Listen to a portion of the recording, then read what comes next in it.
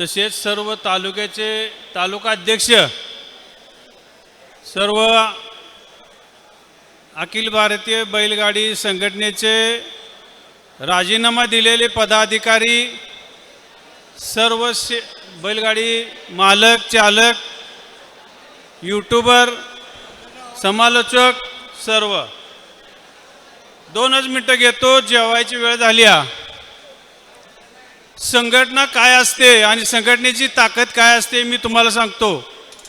2011च्या पूर्वी आपली बैलगाडी संघटना ही नव्हती आणि प्राणीमित्र संघटना होती आणि त्या प्राणीमित्र संघटनेचा एक तो कटारिया म्हणून आपल्या प्रत्येक मैदानामध्ये यायचा आणि शूटिंग करून त्यानं आपल्या विरोधात याचिका दाखल केली। ती याचिका दाखल केल्यानंतर आपल्याला संघटना नसल्यामुळं आपल्याला त्या याचिकेविरुद्ध लढता येत नव्हतं। ही खरी पहिली आपली शोकांतिका आहे। त्यानंतर सगळ्यांच्या आपल्या ताकदीनं बैलगाडी संघटना स्थापन झाली। बैलगाडी शर्यत चालू झाली। चालू झाल्यानंतर तातडीने शेवळे आबांनी असतील, पैलवान असतील, त्यांनी पहिल्यांदा रजिस्ट्रेशन संघटना करायची म्हणून काही 5-7 मोजकी नावं घेतली, 4 रुपये काढला आणि ती संघटना मंजूर केली। बरोबर का पैलवान? ती संघटना तशीच राहिली। त्यातली 3-4 लोक पुढं कार्यरत आहे। मी पण त्या संघटनेचा एक सदस्य आहे। 7 कमिटीतला मी पण एक आहे। पण ही 4-5 लोक पुढं करतात म्हणजे काम करतात आणि त्यामुळं ह्या लोकांच्यावर येणारा रोष, ह्या लोकांना काही ह्यांना तोंड द्यावं लागतं प्रसंगाला।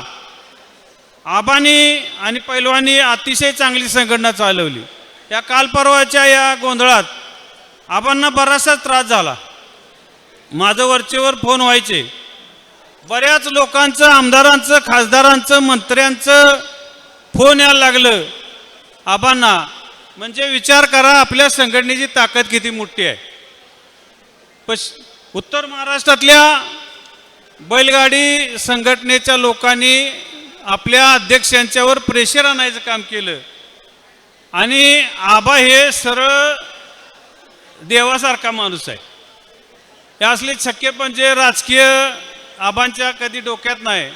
आबांना थोडंसं त्याचा त्रास झाला असावा आणि आबांनी हा निर्णय घेतला, परंतु आबांच्या पाठीशी आपण सर्व बैलगाडी संघटना असल्यामुळं आबांना परत या पदावर बसवायचं काम आपण सगळ्यांनी करायचं आहे। मी बैलगाडी अखिल भारतीय बैलगाडी संघटनेचा एक सदस्य आहे। मला त्या बॉडीत घेतलंय पैलवानांनी। परवा आमच्या तालुक्यात पण त्या मला वाटतं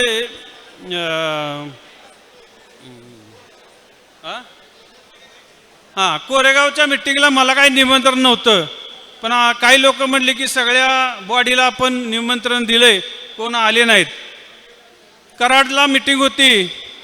मी अखिल भारतीय बैलगाडी संघटनेच्या बॉडीत असताना धनाजी तात्या पहिल्यापासून बैलगाडी संघटनेविषयी झटत आलेला माणूस आहे। त्यांना काय वाटलं त्या दिवशी माझं त्यांनी सांगली जिल्हा अध्यक्षपद म्हणून जाहीर केलं। मी म्हटलं तात्या आमची जिल्ह्यातली बॉडी आहे, जिल्ह्यातली लोक आहेत, त्यांना विचारात घेऊन आपण हा निर्णय घेऊया, असं करू नका। मी शेवळे आबांना पण बोललो। आबा म्हटले तुम्हाला सूचना दिलेली नाही का? तर मला काही सूचना दिली नव्हती।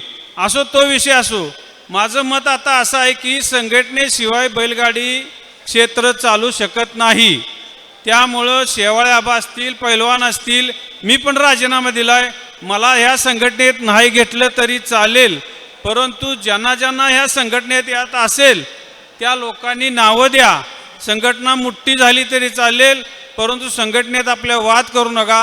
ही प्राणीमित्र संघटना आपल्या बैलगाडी क्षेत्रात कधी वाद होतोय आणि कधी बैलगाडी बंद पडते याकडे त्यांचं बारकाव्याने लक्ष आहे।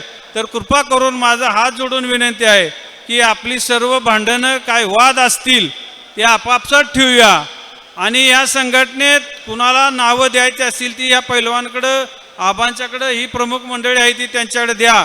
मला काय त्यात नाही घेतलं तरी चालेल। जेवायला सगळ्यांना जायचं आहे, खूप वेळ झाला आहे। अजून पैलवान बोलणार आहेत. मला या ठिकाणी बोलण्यास संधी दी त्याबद्दल मी आयोजकाचं आभार मानतो. थांबतो. जय हिंद, जय महाराज.